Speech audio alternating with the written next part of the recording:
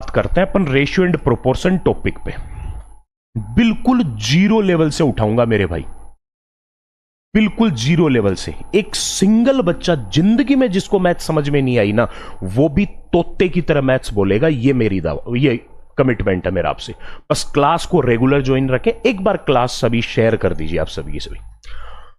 Ratio and proportion देखो, अनुपात समानुपात में। समानुपात पे अपन बाद में डिस्कस करेंगे, पहले बात करते हैं सिर्फ अनुपात पे। अनुपात और भाग दोनों चीजें एक ही है, दोनों का ही काम होता है संख्याओं की तुलना करना। अनुपात और भाग दोनों का काम संख्याओं की तुलना करना है। जैसे a अनुपात b अगर लिखा हुआ है तो इसको अपन a अपॉन b लिख सकते हैं। ये दोनों चीजें एक ही है। और बहुत सारे क्वेश्चन ऐसे भी होते हैं मेरे भाई जिसमें आपको दो संख्या का अनुपात को अनुपात के बजाय भाग में लिखकर समझने से या पढ़ने से वो क्वेश्चन बहुत इजीली सॉल्व हो जाता है। ऐसे क्वेश्चन भी मैं आपके सामने लाऊंगा जिसमें अपन उनको अनुपात से ना पढ़कर भाग से पढ़ेंगे तो क्वेश्चन ज्यादा आसानी से समझ में आता है। इसमें ध्यान रखना, दो संख्या अगर अनुपात में है तो उनमें से ये कहलाता है पूर्व पद और ये कहलाता है पर पद।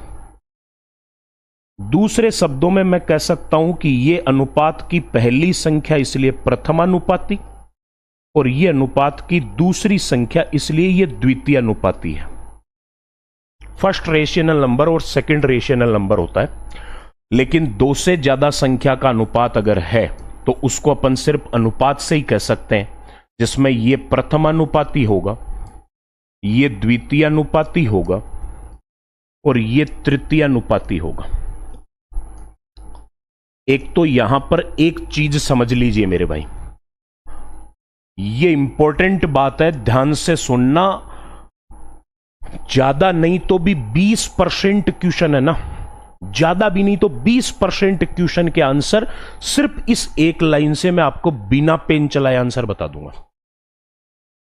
बिना पेन चलाए आंसर बता दूंगा। ध्यान से सुनना, अगर मैं कहूं यदि ए बी और सी 5:4:7 के अनुपात में है, बस इस बात को ध्यान से सुन लो मेरे भाई। ए बी सी 5, 4 और 7 के अनुपात में है तो पहले तो यह ध्यान रखना कि अगर ए बी और सी का अनुपात 5, 4 और 7 है तो मैं ये कह सकता हूं कि जो ए का मान होगा, ए का अनुपात है 5, लेकिन ए का जो मान होगा वो होगा 5 का कोई मल्टीपल। बी का जो मान होगा वो होगा 4 का मल्टीपल, 4 का कोई गुणज। और सी का मान जो होगा वो होगा 7 का मल्टीपल, 7 का कोई गुणज। जहां पे अगर मैं कहूं कि ए बी और सी का टोटल क्या होगा तो ए बी सी का टोटल 7, 5, 12 और 4 16 का मल्टीपल होगा। अगर मेरे को अगला ये पूछ ले कि ए और सी क्या होगा, ए और सी का जो टोटल है वो 7 और 5 12 का कोई मल्टीपल होगा। अब यहां पे वो बात सुन लीजिए जो इसका सबसे इंपॉर्टेंट पार्ट है, जो बच्चों के लिए सबसे बड़ी दुविधा है, और वो ये है कि जिन संख्याओं का अनुपात दिया गया है, ए बी और सी 3 संख्या का अनुपात दे रखा है, 5:4:7। तो आप ये सुन लीजिए, जिन संख्याओं का अनुपात दे रखा है, अगर उन संख्याओं पे 3 काम करवाने के लिए कभी भी बोला जाए, जिनका अनुपात दे रखा है, अगर उन संख्याओं का या तो गुणा करवाए, जैसे यहां ए और बी का गुणा करवा दे, बी और सी का गुणा करवा दे, या ए बी सी का गुणा करवा दे, या तो गुणा करवाए या स्क्वायर करवाए या क्यूब करवाए। 3 बातें हमेशा याद रख लेना। जिन संख्याओं का अनुपात दिया हुआ है उन संख्याओं का गुणा स्क्वायर या क्यूब अगर कहीं करने की जरूरत पड़ रही है तो वो कभी भी डायरेक्ट अनुपात से कैलकुलेशन नहीं होगी, आपको अनुपात को संख्या में बदल के ही चलना पड़ेगा। जैसे मैंने इनको जोड़ने के लिए पूछा कि ए और बी का योग क्या है, तो मैंने कह दिया ए और बी का योग 5 और 4 9 या 9 का कोई मल्टीपल है, ये मैंने बोल दिया।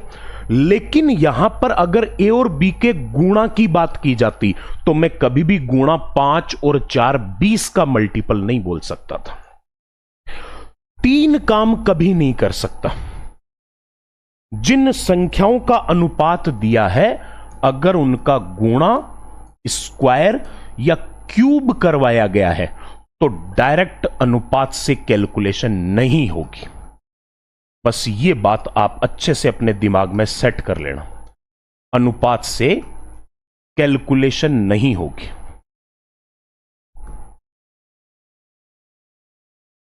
उस स्थिति में आपको, जैसे मान लो ये कहे कि ए बी सी का अनुपात 4 5 7 है, तो ए और बी का गुणा, अगर ए और बी का गुणा करना पड़ जाए तो आप ध्यान रखना, पहली चीज तो इनका गुणा डायरेक्ट अनुपात से नहीं होगा। गुणा अगर करना है तो अनुपात को संख्या में बदलना पड़ेगा। और ध्यान से सुन लेना, जब भी कोई अनुपात संख्या में बदलता है तो वो सारे के सारे किसी सेम नंबर से गुणा होते हैं। यानी अगर एबीसी का अनुपात 4 5 और 7 है तो वो संख्याएं 4 के 5 के और 7 के होगी। जिनमें ए और बी का गुणा अगर लें तो वो 4 के गुणा 5 के बराबर 20 के स्क्वायर के बराबर होगा। समझ गए बात को? 20 के स्क्वायर के बराबर होगा। ऐसे ही स्क्वायर करवाए तो भी अनुपात से डायरेक्ट नहीं होगा, और क्यूब करवाएगा तो भी वो डायरेक्ट अनुपात से नहीं होगा। ठीक है इनर वॉइस, नमस्कार भाई, हो गया। चलिए साहब, ये तो मैंने अभी तक आपको अनुपात समझा दिया कि अनुपात क्या चीज है।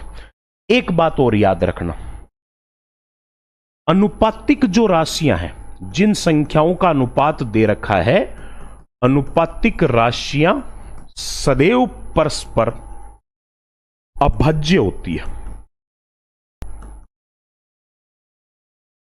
आप अगर कहीं पर भी आपके पास पूरी की पूरी मैथ्स में कहीं पर भी अगर संख्याओं का अनुपात यह बोल दिया कि दो संख्याएं अनुपातिक संख्याएं हैं, जैसे ये बोल दिया कि ए और बी दो अनुपातिक संख्या है, तो मैं 100% केवल इतने से शब्द के आधार पर एक बात कह सकता हूं कि अगर ए और बी दो अनुपातिक संख्याएं हैं, इसका मतलब इन दोनों में कुछ भी कॉमन नहीं है, ये दोनों आपस में अभाज्य है। हो गया?